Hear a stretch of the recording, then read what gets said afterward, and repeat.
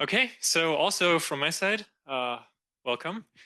So glad to see a lot of folks arrived here, and so glad that Iceberg is taking a foothold in Europe. That's great. We've had meetups in San Francisco for a long time, and I think this is the first bigger meetup here in Europe with more to follow. So really great that Iceberg is picking up here too. Yeah, my name is Christian. I'm a developer of Lakekeeper. Lakekeeper is written in Rust. It's an Iceberg REST catalog implementation. It's Apache licensed. Feel free to try it out. And we have a strong focus on, well, first of all, ease of use, but secondly, also on security. And this is also what I want to talk about today. So today I'll talk a little bit about how we can secure Iceberg tables across different query engines. And while that sounds very simple, it's actually a quite hard problem to solve. So let's dive in. Yeah, this is the slide I start all my Iceberg talks with. So 15 years ago, we had this awesome system that we called a relational database system. And this marvelous system did almost everything that we wanted it to do, right? It stored data, it managed access controls, it could transform them. So we had all of these different components that we see here on the right-hand side as part of this one big database system. But that wasn't enough for us, right? So we used Thor's hammer and smashed the database into pieces. And I think we got out a little bit more pieces than we were hoping for, because now we want to build this we want to stick them back together basically in an open ecosystem. And we call this open ecosystem a lakehouse. And in order to get a lakehouse, what the core idea is that we have shared data, so shared centralized data, which contains all of these components here. And then we have distributed specialized compute engines. So we have different compute engines all collaborating on the same data. But in order to collaborate, you need to have a common understanding of all of these shared layers. So basically, you need open standards for all of them. So we started developing all of these different, open standards. We have different, physical storage options right now around S3, for example. We have data formats like Parquet, table formats like Iceberg, and nowadays we have as in Iceberg, especially the catalog, indexing tables around the Iceberg REST specifications. So all of these layers down here are very well standardized, but there are two layers missing, and I want to talk about those two today, and that is permissions and identities. So the problem that we're trying to solve is this one. We want to have access controls on our tables, and we want to have them no matter what query engine we use. So in this example, for example, I am using maybe my Pi Iceberg on my laptop trying to access some tables, but then I'm also maybe sometimes using a shared Trino or some other query engine to access the same tables. And of course, I want the same permissions on this table, no matter which way I go. And then I have like this weird colleague in my neighboring department. And of course, they shouldn't have access to the revenue table, right? So how do we achieve this? The first question that we need to answer is, where do we want permissions to be stored? So there are multiple options available. So typically, of course, we have secured data a lot on the physical storage level, right? So we had permissions on S3. And this is typically not a good idea because the physical storage has no concept of Iceberg. It's not Iceberg aware, it's just an object store. So that's typically not the right place to do this. I'm happy to talk more about that in the break. Maybe sufficient to say that there's a reason that Amazon invented lake formation on top of S3. And there's also a reason that we now have the first Iceberg-aware storages, for example, AWS S3 tables, right? So in order to do permission management on the storage level, the storage needs to know about Iceberg. And we don't have much storages out there that are aware of Iceberg. Then we also don't want to do it in the compute level simply because it's not shared. If I have my permissions in one compute engine, then it's really hard to reuse it in a second. So the best place currently to put permissions is somewhere around the catalog or in a dedicated permission system, which is what I'm going to talk about today. The main point here is that permissions should be central. So how could this look like? Well, we have our permission system somewhere, and to the permission system, we somehow connect our different compute engines and the catalog. Now, the catalog, especially Iceberg REST catalogs, they already have some features like valid credentials. I'm coming to that in a minute, that allow us to secure data. So some compute engines might only connect to the catalog, while others leverage the permissions directly and enforce them in the compute engine. By having the permissions basically in a central system, we can reuse it. We can even reuse it across catalogs and then, of course, also across query engines. But in order to share permissions, we need a common understanding of identity. Permissions are always tied to identities, right? So without sharing identities, we can't share permissions. So we should also have a central IDP, which we should have anyway in our companies. And we should connect everything that is part of the data platform to this IDP so that all of these different systems use the same identities. And there really is like one big standard today, which does that, and that is OAuth 2. So I have a little production checklist that we are building along the talk. And the first 2 points I want to add here is like when we want to share permissions, well, actually not only then, but in all, I would say in all data systems, we should always make sure that all components are connected to the IDP. Secondly, as we said, we should store permissions centrally so that they can be shared. And I cannot stress this first point enough. So every system that creates some kind of personal access tokens, client credentials, passwords, or anything else is an IDP. We already have an IDP typically, so we don't want any system in our data world to do any of these things, because then if they create these things, typically we don't have like user decommissioning. If we remove a user from the IDP, his pod may live on, right? They typically don't implement certificate rotations and other things that we need to do in IDPs. So we really shouldn't do that. So now that we've said that permissions should be central, let's move on. It's nice to store permissions centrally, but how can we enforce them? Like, how can we make our engines and tools secure? So there are a few different ways how we can do this. The first way is the catalog can enforce permissions. A quick recap here how, well, vendor credentials in the Iceberg REST specification works. So vendor credentials is actually quite easy. If some compute engines, for example, Spark, wants to read a table, we send a get table request to the catalog, and we include the authorization token of the user. The catalog checks if the user is allowed to do this.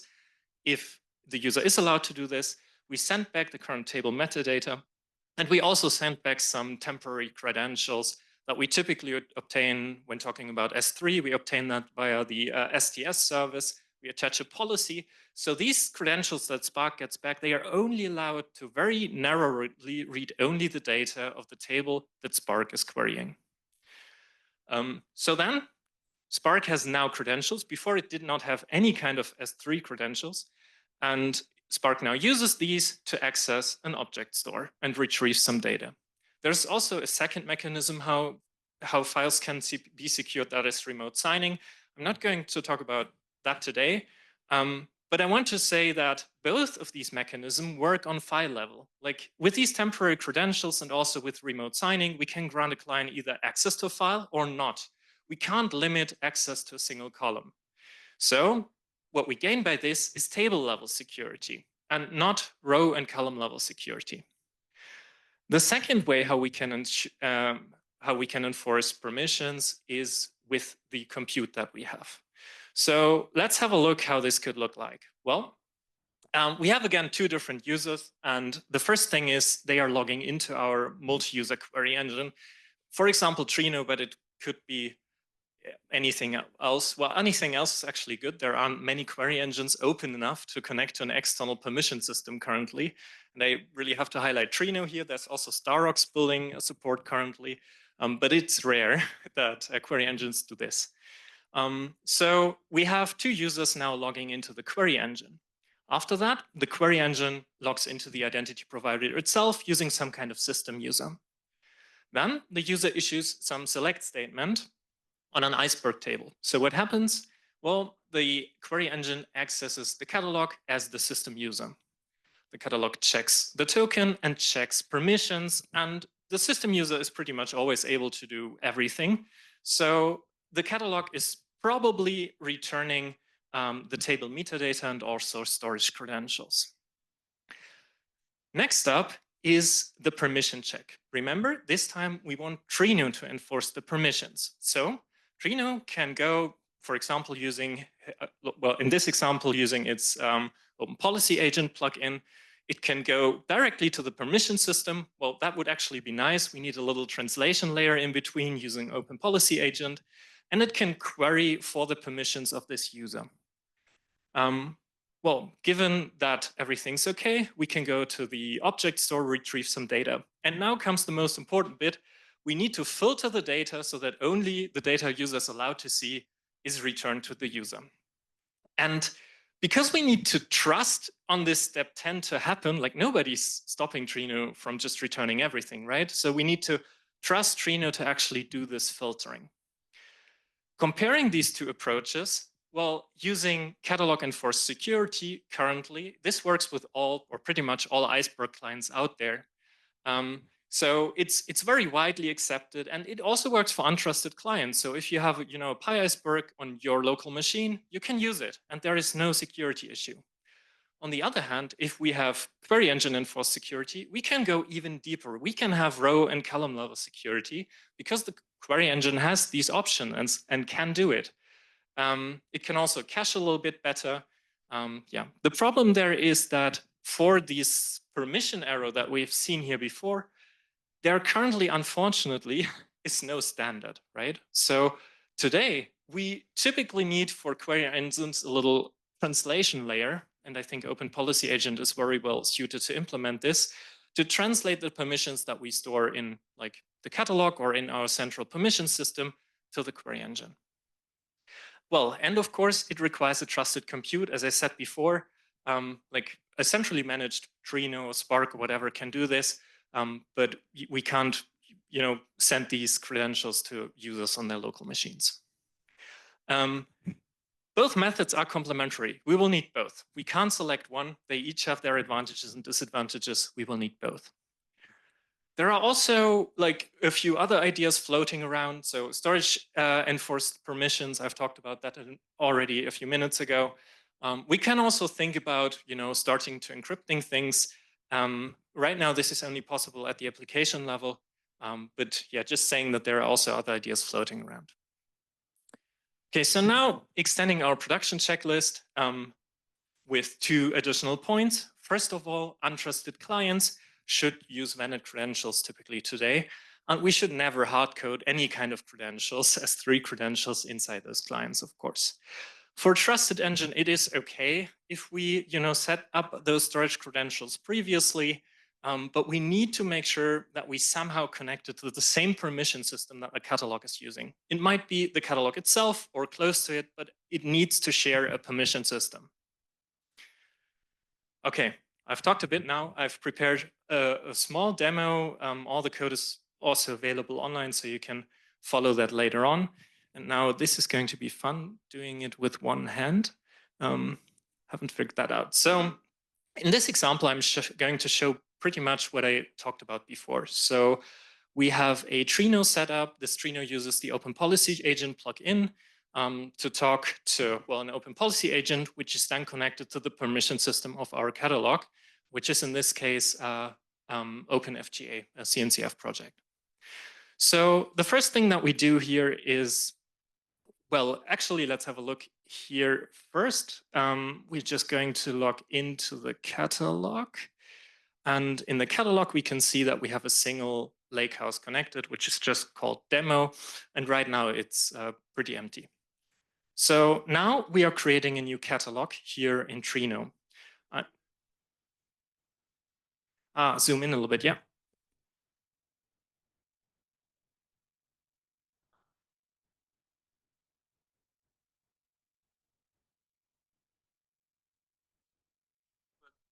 Doesn't zoom in. Command S. plus. Okay, so now we're creating a new lakehouse here in Trino using this little SQL statement. And maybe the point to see here is that there are no S3 credentials, of course, but there is a client ID and a client secret, and this identifies the Trino user itself. So a system user, a technical user. So let's create this little catalog in Trino. Next up, we are going, oh, sorry, I forgot one thing. So Trino is set up using, Trino itself is set up using OAuth. So right now, when we start to run this SQL command, we're not running it as the Trino user itself, but as a human acting on Trino. So now we should log in here, and well, we logged in as a user called Peter. So we have a little user here, which is called Peter Cold. It's a user in Keycloak, and we logged in at this user. So now we have created a catalog. And in this catalog, we're now again using Trino to create 2 or 3 tables in a schema called finance. So let's run this really quickly. And then it should ask me again to log in using OAuth. Here we go. Authentication succeeded. And that's it. So we have now created, well, 2 tables. And we can also see them here in Lakekeeper. So we go here on the namespace is finance. And here we have 2 different tables. So now we have a second user. So let me switch over here. And the second user is called Anna. And if I now try to query the table, well, it won't work, or at least it shouldn't work. So let's log in as well, this time as Anna. The password is Anna Iceberg. I'm not hiding that in any way. And well, down here we see permission denied. And no matter, of course, which query engine Anna uses, if Anna goes ahead and logs in here using Pi Iceberg, for example, we are using a device code flow in this example. We can also log in here. Yes. And we are also getting a permission denied. So now let's go ahead and grant her some permissions. So we open Lakekeeper, and then maybe we add some permissions for, actually, I think we're just going to grant it on some of the tables. For example, the revenue tables. Or no, the product. I think I used the product table before. So let's go to the product table and grant some permissions. So I'm going to grant permissions to Anna, and maybe we grant ownership, save. And now, well, if we query again using Anna's browser, here's Anna's browser, we will see that it works. So, here you go. Let's authenticate. Yes. And here we go. We're loading the product tables. We can see it here now. And we can do exactly the same over here with Trino. So we can run this, we can log in, and now we have access to the same data using Trino again. So we are sharing permissions across Pi Iceberg and Trino and literally any other query engine out there. And this is only possible because of 2 things. The first thing is because we're sharing identities, all users are part of Keycloak. Nothing generates token outside of the IDP. And the second reason is that we have a common permission system to which, well, everything adheres. Pi Iceberg is using the permissions enforced by the catalog. Trino is enforcing the permissions by itself. And now also here, if we, for example, log in with Anna in localhost, second. Let's log in.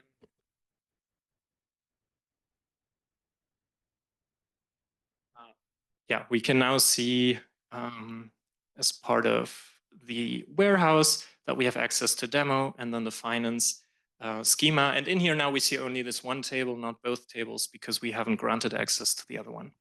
So this was my little demo. I think it's something that, like, we typically expect this to happen, but it is surprisingly hard to get it running today because permissions aren't standardized. And I think this leaves some room for improvement in the future. Everything that I just showed is available in our GitHub, so you can just git clone it.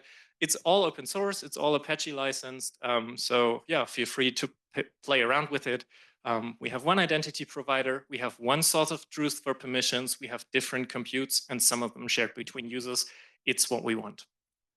Yeah, and with that, thanks everyone. And I think we have time for a few questions.